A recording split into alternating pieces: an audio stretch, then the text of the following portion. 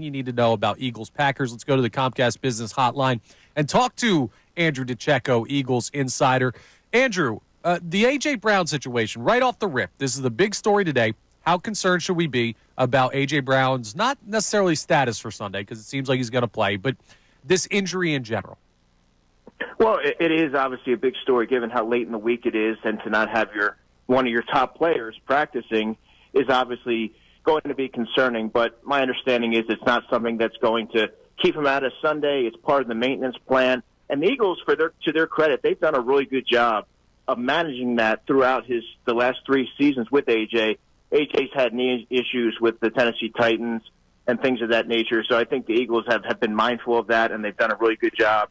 And I think it could just be, now to what extent A.J. is going to be on Sunday, I couldn't tell you that, but I think it's something he may just have to play through, and it's obviously going to be colder, so that's going to take a toll on the knee a little bit. But, I think that this is something that's been, prevalent throughout his tenure, and it's something that you have to wonder if that's going to be prevalent throughout his career. But I think the Eagles have done a really good job in handling it, and I wouldn't expect that to keep him out for Sunday. Now, when I look, I don't think anyone's expecting him to be kept out. There's enough of you people that are very informed that are giving us that. But it's the idea of they don't usually miss Thursday and Wednesday practice.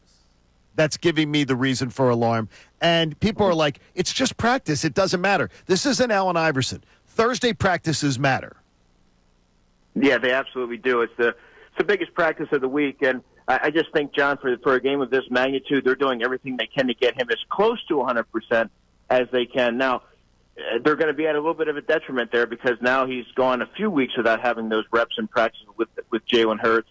But I think if the goal is to get your players to Sunday and as close to peak performance as you can, I think that's what they're trying to do.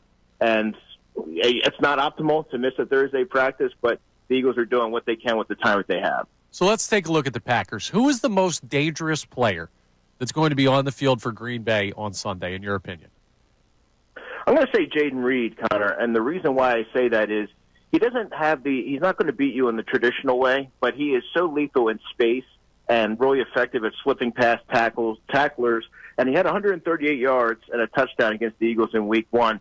But this time it's going to be a little bit different because he's not going to see Avonte Maddox, who played 60 snaps, accounted for 90% of that total. He's going to see Cooper DeJean.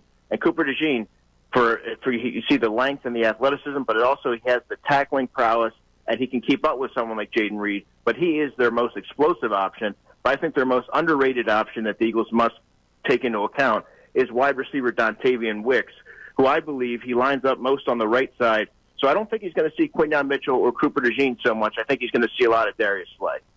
The idea that the Eagles, if A.J. Brown in the pecking order is the what to you, most important part of the offense that stirs the drink, if I was to ask you Saquon Barkley, obviously your quarterback Jalen Hurts, where do you put him in the hierarchy?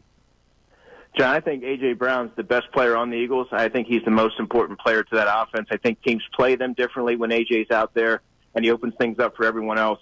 So to have him out there is going to be absolutely critical. And maybe I've seen A.J. the last 3 years, so maybe my opinion's a little bit colored there, but I view him as a top 3 or 4 receiver in the NFL. Based on how we see teams play him and his ability to just win on all 3 levels, I just think that he's among the elite. We're talking to Andrew DiCecco on the Comcast Business Hotline. Now, Andrew, the game strategy for the Eagles on Sunday, with Jalen Hurts just coming back, with A.J. Brown limited, is this a ride Saquon Barkley game?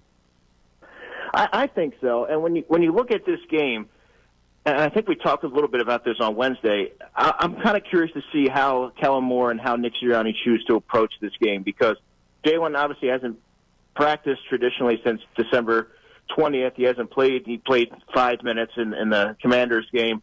So do they just go out like the Pittsburgh Steelers game, or do they try to throw the football? I think it's going to be the opposite. I think they're going to try and get Jalen settled into the flow of the game. I think they're going to get Saquon Barkley going, allow that offensive line to lean on the Packers' defensive line, start to wear them down, and hope that Saquon breaks a big run, and all of a sudden you're able to control the clock and get some early points on the board. If you were Matt LaFleur, how would you try to attack this Eagles defense as far as the balance of Josh Jacobs is what everybody's talking about? But is that truly, isn't that playing right into Vic Fangio's hands?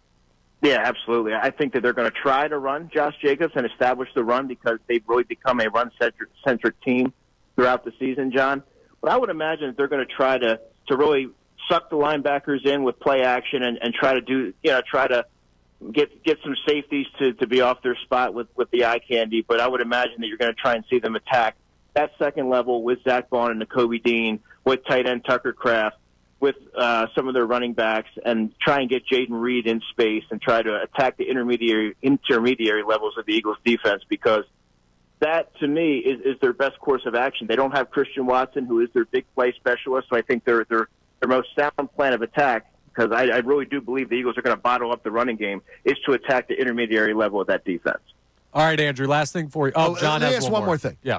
What would be the path you would want for the Eagles? What should we be? You don't tend to be rooting for teams when you watch games. But if you were an Eagles fan, what's the best path for them, would you believe, in the next round? Running the football. No, to have to face. The team they would have to face. The Rams, I would say. Okay. So we're rooting for the Bucs then not to win. Right. Yeah, I don't think that you're going to want to see the Bucs, because Todd Bowles has had the Eagles number, and I think the Bucs are kind of an underrated team where they can come in and they can throw the football around. They have a decent running game, and their defense can rise to the occasion. I just think that that's a nasty blend. I don't think Eagles fans would want to see them here. All right, last thing for you here, Andrew. We've been saying all week, touchdown favorite, maybe 2-score favorite, the Philadelphia Eagles. Are we being overconfident, or do you see this as a comfortable win for the Birds on Sunday? I would say maybe a touch overconfident. You know how playoff games are. Sometimes they're rarely blowouts. I would imagine that this is going to kind of be like a slugfest early on, but the Eagles are a really well-coached team. They're the better coached team, and they're simply the better team. I have them winning this game 27-23. I think they get off to a fast start offensively, and they cruise from there. Perfect. We love that. Well, you sound like great. Hearing that. You even sound though you've much been out. better. Yes. So I can't wait. I'll be back there tomorrow. I can't wait. You have a All right. special tomorrow, right? Yes, I do. 3 to 6:30. Just strictly Eagles, and I can't wait to dive into all the prevalent storylines in this game. Well, we can't wait to hear it. Thank you for joining us, Andrew DiCecco, on the Comcast Business Hotline. We'll also talk to him on the pregame show, the Birds Insider pregame show on Sunday, just ahead of the game. And now I can have lunch with him on Sunday before the game because I know he's not a filthy, flu-ridden mess. Yeah, it'll be all better by then. So we've been fighting through the flu, and two guys that had it joined us in the past couple segments. Now, hopefully you listen closely to what Andrew DiCecco had to say, because we're going to break it down coming up next. But we've also got 2 Know the DiCecco questions for your chance to win Sixers tickets coming up in the next segment. And there's some stuff to break down there with what Andrew had to say, especially that last answer about overconfidence. Interesting perspective from a guy who covers the team. So we'll discuss that. Hey guys, Andrew Salciunas from Kincade and Salciunas. Thank you for checking out all of our stuff on YouTube. Make sure you click, like, subscribe on everything that you see. And of course, you can see everything from our YouTube feed, full shows, interviews, when John's being an idiot, which is like 15 times a day. So make sure you check out all of our stuff on YouTube. We appreciate it.